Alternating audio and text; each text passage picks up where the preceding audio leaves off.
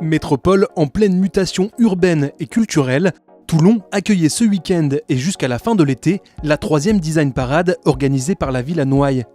Ce rendez-vous estival s'articule autour d'un concours d'architecture d'intérieur entre 10 finalistes choisis par un jury de professionnels et une série d'expositions dans un nouveau lieu mis à disposition par la ville. Après l'hôtel particulier Micholet et le cercle naval, les architectes en herbe ont cette année pris leur quartier dans l'ancien évêché. Un moyen de participer à la renaissance de la ville, autant sur le plan architectural que culturel. Le principe, c'est que Toulon revient de loin quand même.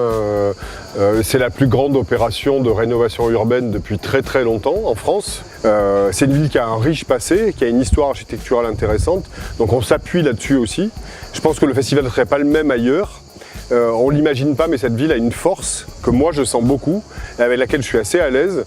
Le premier hôtel particulier dans lequel on était, Micholet, va devenir un hôtel. Je ne sais pas ce qu'il adviendra du cercle naval, il est en vente. Peut-être qu'un jour il y aura un projet passionnant lié aux arts décoratifs aussi à l'intérieur. Là, l'évêché, ça met un coup de projecteur. Hier, il y avait des investisseurs qui le visitaient. Je pense qu'ils ont plus envie de le voir comme il est aujourd'hui que ce qu'il était il y a 6 mois. Voilà. Donc oui, c'est intéressant. Si le site semble en effet si accueillant aujourd'hui, notamment le patio arboré et enchanté par les fresques de Mathieu Cosset, ce n'était pas du tout le cas il y a encore quelques mois. Les organisateurs ont dû réaliser d'importants travaux de réhabilitation, couronnés bien sûr par les interventions des concurrents pour donner cette seconde jeunesse à l'ancien évêché. Chacun s'est vu attribuer une pièce par le président du jury, Pierre Jovanovic, et a disposé d'environ 2 mois pour la réinterpréter sous le thème imposé, une pièce à vivre au bord de la Méditerranée. Une fois les plans dessinés, les contacts établis avec les artisans locaux, les participants ont eu à peine 8 jours pour monter leur espace et le soumettre au regard du jury. Les jeunes architectes, souvent tout juste diplômés, ont ainsi livré des interprétations très personnelles de la thématique, comme les souvenirs de vacances de Clémence Fro et sa pièce verte parsemée d'objets du grenier familial, ou encore les jumelles Charlotte et Juliette Castet et leur appartement si évocateur du soleil de la Méditerranée. Mais on découvre également des visions radicalement différentes, comme l'espace de méditation de Natacha Mankowski, la salle de réunion de Laura Fournier ou le trompe-l'œil de Bérangère Botti et Sophie Genestou. Au terme de longues heures de délibération, le jury a choisi de récompenser ex aequo 2 projets.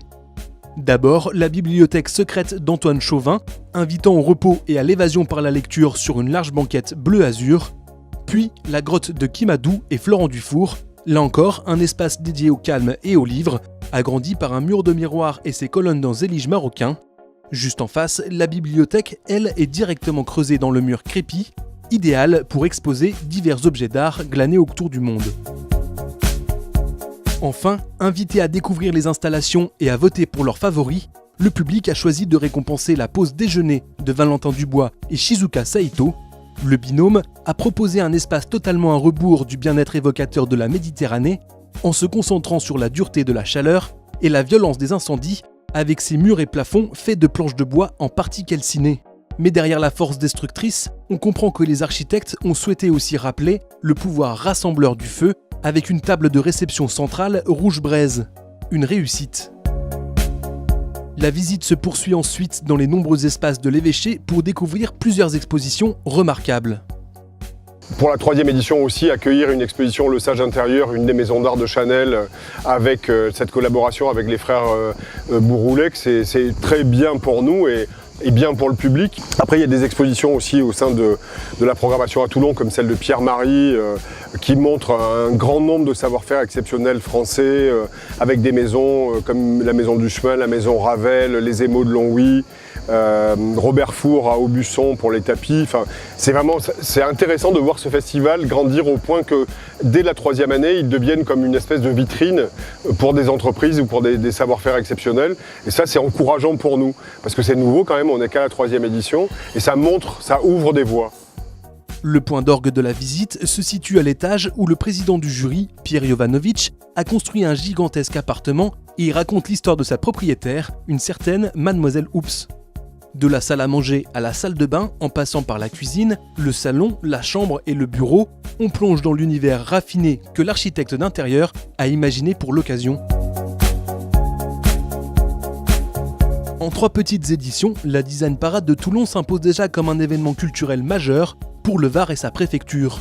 Les expositions sont ouvertes au public jusqu'au 30 septembre, un passage obligé pour vos prochaines vacances sur la Côte d'Azur.